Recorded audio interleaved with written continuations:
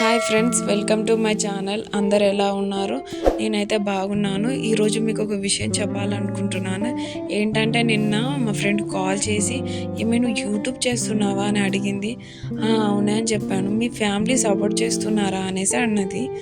అవును అని చెప్పాను. తను బాధపడుతూ నేను జాబ్ చేద్దామన్నా, బిజినెస్ చేద్దామన్నా మా హస్బెండ్ అసలు ఒప్పుకోరు, అసలు ఎటు దేనికి అలో చేయరు అంటూ చాలా బాధగా ఫీల్ అయింది.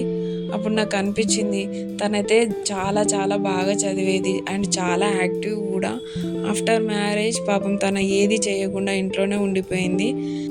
తనైతే చాలా బాధగా ఫీల్ అయ్యింది.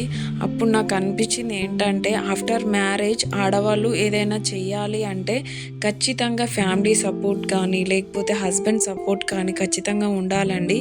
మీ ఇంట్లో మీ వైఫ్ ఏదైనా చెయ్యాలి అనుకున్నప్పుడు మేబీ జాబ్ ఆర్ బిజినెస్ ఇంకేదైనా వాట్ ఎవర్ ఇట్ మేబీ ఏదైనా చెయ్యాలి అనుకుంటే please support her. Family support ఉంటే ఆడవాళ్ళు ఏదైనా సాధించగలరు అనేది నా ఒపీనియన్. మీరేమనుకుంటున్నారో కామెంట్ బాక్స్లో తెలియజేయండి. ఇంకా ఈరోజు వీడియోలోకి వచ్చేస్తేనైతే నేను ఈరోజు బీరకాయ ఫ్రై చేశానండి.